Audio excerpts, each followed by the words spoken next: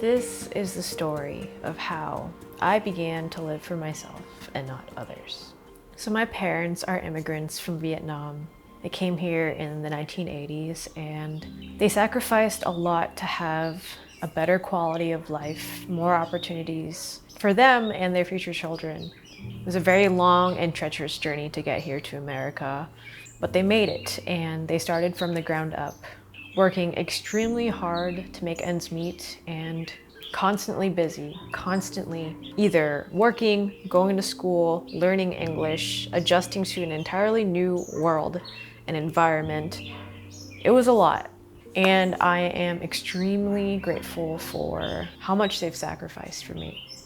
Me being a daughter of immigrant parents growing up in America, there's kind of this tug of war between two different ways of living. You know, they brought their customs and traditions from Vietnam over here to America, and America is very different from over there. I grew up with people of all ethnic backgrounds, but mainly the American ones were a lot more free in terms of what they can do and how their day-to-day lives were structured. They got to go out, they got to have sleepovers. I mean, school was important, but it wasn't as emphasized as it was in my family. And part of me kind of hated that I wasn't allowed to hang out with my friends because I needed to prioritize homework and school. Education was just so incredibly emphasized in my childhood.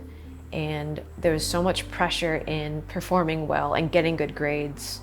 And if you are a first-generation American, you probably can relate to what I had to go through. And I don't want to say had to go through in like a way that's negative. I'm very grateful for what I have in my upbringing. But what I wanted was always at odds with what my parents wanted for me. And what I wanted was not to have to work a job that I don't like. I didn't even want to go to college, to be honest. I remember sending my dad a documentary about how college is a waste of money, but he made me go anyway. And I don't regret the experience. It was much needed. But they wanted me to do the conventional life path that every other kid in America is supposed to do, which is go to college, get a degree, get a 9-to-5 job with benefits, security. Basically, I did all of that. I did all of it. I graduated from college with a graphic design Bachelor of Arts, and I got a job right after college, making pretty decent money for an entry-level job. I was a DVD package designer for PBS programs. You know, I was pretty excited about the job. You know, I got to move out of my parents' house right after college, started living on my own, I got roommates, and had this newfound level of freedom and this taste of like adulthood, you know. But anyway, this was a 9-to-5 job. I had benefits, it was very secure. I got discounted gym memberships, even pet insurance, and free bagels every week. Like, it was actually a great job, and the work was pretty interesting. But I'd say 4 months into it, I started getting this feeling of not belonging and feeling like I don't want to be there. Going into work every day, it's pretty much the same thing. You know, you go in, get that, you know, morning small talk out of the way about the weather or the restaurant you went to last night. And then I would sit in my cubicle, read my emails. I kind of honestly felt pretty robotic after a while. And I started feeling my spirit slowly shrinking and shrinking. And, you know, during lunch, we do crossword puzzles. And I love having deep, intimate, personal conversations with everyone I meet. And it wasn't the atmosphere that cultivated that sort of relationship amongst coworkers. It wasn't like that. It was just more like the day-to-day small talk sort of stuff. And I got just really jaded by it. Like, I wanted more depth. And even though all my coworkers are really nice, have been working there for 20, 30 years, I felt so out of place. It got to a point where this feeling just kept growing more and more inside of me. And I would start isolating myself during lunch, cry in the telephone room about how scared I was of the fact that I felt like I had no other choice. I felt really scared because I was like, my parents paid so much money for me to go to college, and now I'm just going to disappoint them if I quit my job. Another part of me was like, how am I going to make money if I quit this job? I was super comfortable and I was making a level of income I've never made in my life. And I got to buy all these things. I got to pay rent, pay my bills, and this newfound level of independence. And I find myself just feeling really dissatisfied still. Work was, it was a good job, but it didn't allow me to tap into my creativity and expression the way that I wanted to. Even though it was a creative job, there were still certain guidelines I had to follow, and I had to literally fit into a box with my creativity and expression and sit in a box. And I just felt boxed in, and I couldn't deal with it anymore. So after 4 to 5 months, I just went to work one day and I sat with my boss and we spoke about how I didn't really feel like I belonged there. And it would be a disservice for me to stay there because even though I was producing good work, I wasn't enjoying it. And that's not fair to me or them. My boss was like, what if you went down to a part-time position? And I thought about it for a little bit. And honestly, it felt like there was this energy that was moving through me, that was speaking for me. I literally was just like, no, I can't even work part-time. I need to literally be out of here. And yeah, that spirit kind of made the decisions for me in a weird way.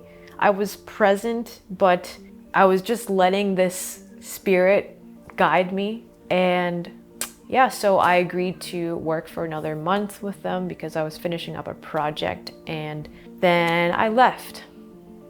I didn't tell my parents for another 2 months because I was really afraid to. And when I told them, they're really worried. They asked me if I had another job lined up, like what am I gonna do for money? They're just really concerned, and to some degree, I was a little worried too. I mean, I was worried. I'd go through bouts of like, what am I doing? Was this the right decision? The bigger part of me knew it was right to leave, but I did have a good amount of savings for maybe a few more months before I had to find another job. But after I quit, I went on this solo hike, this 13-mile hike in New Hampshire in the White Mountains, and that really just solidified things for me. It felt like very monumental. And then after that, I came back to Boston and I just started biking around. I went to cafes, I journaled a lot, I started writing music, and I was still writing music at the time, but I put so much more time and effort into it, and just like allowing myself the time to not have any external obligations to anyone or anything but myself. Because right after I graduated, I went straight to work. And I'm 21 years old. I feel like we're just so rushed, like we graduate high school at 18. We barely know who we are.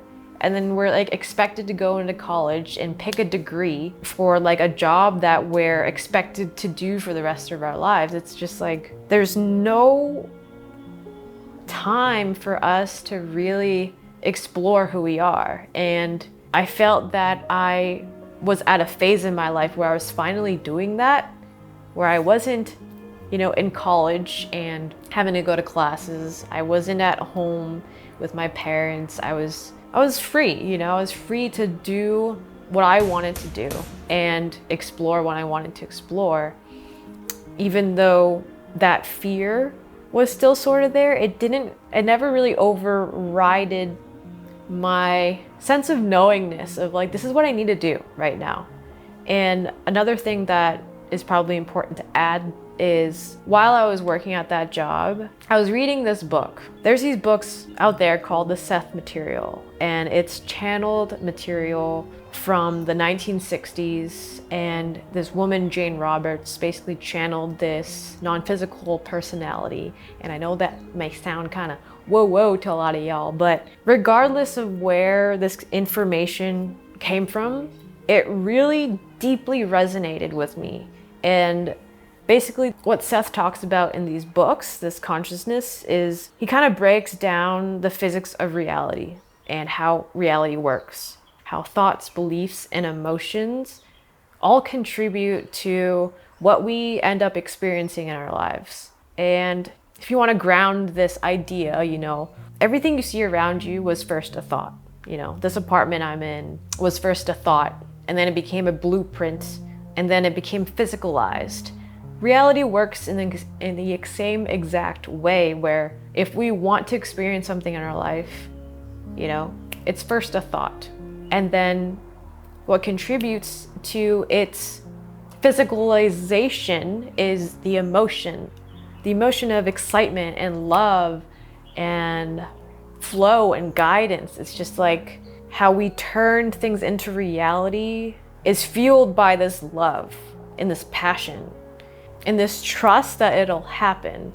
Basically, Seth breaks this down into a way that is practical, in ways that you can just practice every day doing it. But yeah, so these books, I think there are maybe 8 or 9 of them, but I'd say the main 2 that shifted my entire freaking life is the main book, The Seth Material, and then The Nature of Personal Reality. Specific practical techniques for solving everyday problems and enriching the life you know. That was a huge catalyst for me too, to just trust more in life, that there is something bigger than me that is supporting me and wants the best for me. Whether you want to call that God or the universe, nature, like all that is, there's this force, this intelligence that permeates everything, that we're all connected to, and it wants the best for us. And I truly, deeply believe, I have that knowing, I feel that, and so that's what was part of how I was able to take that leap of faith. I took that leap of faith because the bigger part of me knew that I was gonna be okay, and really, what's the worst that could happen? I think we all really fear deep down of not being accepted, judgment, like death. We fear being homeless, not having enough. And I've been finding time and time again that all the fears I've ever had in my life about things going awry and not having enough, never came true. And even when I had a couple $100 in my bank account, a random opportunity would pop up that would make me money. And I just began to live my life trusting.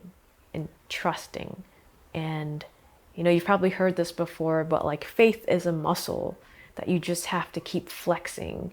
And every decision you make is a leap of faith in a way. Every decision, big or small.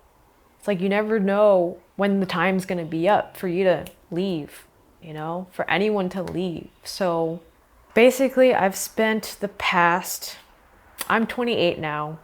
It's about 5 years ago, if I'm doing my math right, listening to my heart and my intuition. And here I am. Things work out.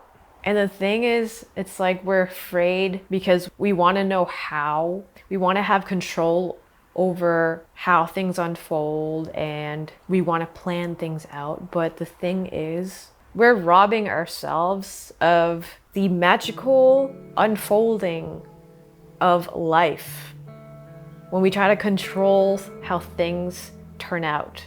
There's our lower mind and our higher mind, and our lower mind makes decisions based off of survival, fear, ego, neediness. Our higher mind makes decisions based off of this feeling of being guided and in the flow. It's this co-creative unfolding when you start to listen to your higher mind, your higher self, that bigger divine essence, you know? It's hard to describe, but like my friend put it in a really good way the other day. You're co-creating with the grace of the Creator. And what's beautiful about this is that you start to just suffer so much less, because when you're making decisions based off of your survival, you're like stressing out. You're going to work because you need to make money, and then you're stressing out every day, and then you're just trying to make ends meet, trying so hard, trying because you're so afraid of not having enough. But I believe the new way of being that we're shifting into is this trust in the higher self and in God and in the universe, this connection that we have with spirit that's been lost. So yeah, I want to go back to what actually happened in the past 5 or 6 years after quitting my job. I lived off my savings for a few months after that, and then I was biking around one day and I saw that my favorite restaurant was hiring. So I got that job, worked there for a year. It was really freaking fun. I got to, for one, work a lot less hours, but two, is really fun environment, social, healthy food, got to connect with so many amazing people. And then after I felt that like my time was up there, I left, and then I started doing odd jobs. I started catering, passing hors d'oeuvres at weddings, and I trimmed weed.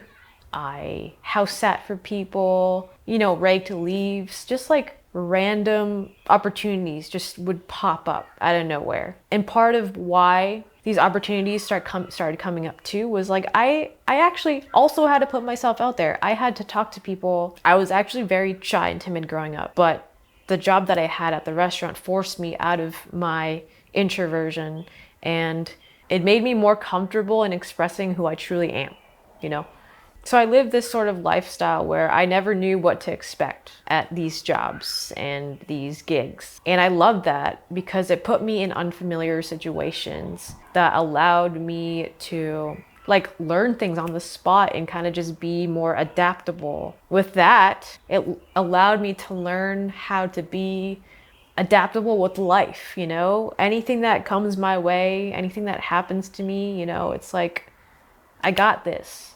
And things have happened, like quote unquote negative things that have happened in my life, and those years of just like not knowing where my next paycheck was gonna come, I got 2 $95 parking tickets in 1 week at a certain point, and I didn't even have that much money at the time, I got into a car accident. It wasn't my fault. Someone hit me. I got my bike stolen. Ultimately, what I'm trying to say is like shit will still happen. But it's like, how are you going to show up for them? I've kind of always had more of this positive attitude towards life and this trust in that, whatever's happening is happening for me to learn something new, for me to expand my awareness, for me to meet this person, for this opportunity to come up. We kind of label things as good or bad. I started labeling everything as good, to be honest. And you kind of have to get into that delusion. I've been called delusional before. I've been called, you're prancing around in your own fantasy world, your la la land. And I'm like, yeah, I am. And so are you. Everyone is in their own way. Because the fact of the matter is, all of your beliefs, thoughts, and emotions are creating your life. Even if we want to live that conventional lifestyle, which I'm not like shitting on, by the way, it's just not for me. Those beliefs that you have to work a 9 to 5, you have to make sure you have all these benefits and security and a 401k and a savings, those are also all delusions. They're just certain delusions that are more accepted. It's this sort of society that's structured in a way that kind of disconnects us from our inner truth and our intuition and our inner knowing and God. It's kind of like weakened the connection that we have with our spirit, you know. But I digress. All of this is to say that things will work out. When you choose to do things based on love and your inner voice and your inner intuition, and you start tapping into that more and honoring that inner voice, despite what anyone else is saying that you should do, despite what society tells us what to do or how to do things, as long as you honor your truth, your inner voice, what you want to do, what you love to do, what you feel inspired to do, you are set. I guarantee you, you're set. And I'm not saying this is like just gonna be the easiest thing to do. It's not, because it's not accepted as the conventional way in this society, in this Western culture. But I assure you that there is this higher power that wants the best for you and will support you through whatever you want to do. If it's based on your own truth and your love for whatever you want to express and offer to the world. Your expression is the medicine that people need in this world. It's also medicine for yourself. You know, I'm not gonna sit here and say my life is perfect, but I am living the life that I've dreamt of. And I want you to do the same. And if you need help with this in any way, shape or form, please reach out to me. Comment below. Comment any of your fears or hesitations. If you have questions about anything, I'd love to hear your thoughts. And yeah, thank you for listening to this video. I hope you have a beautiful day and a beautiful life.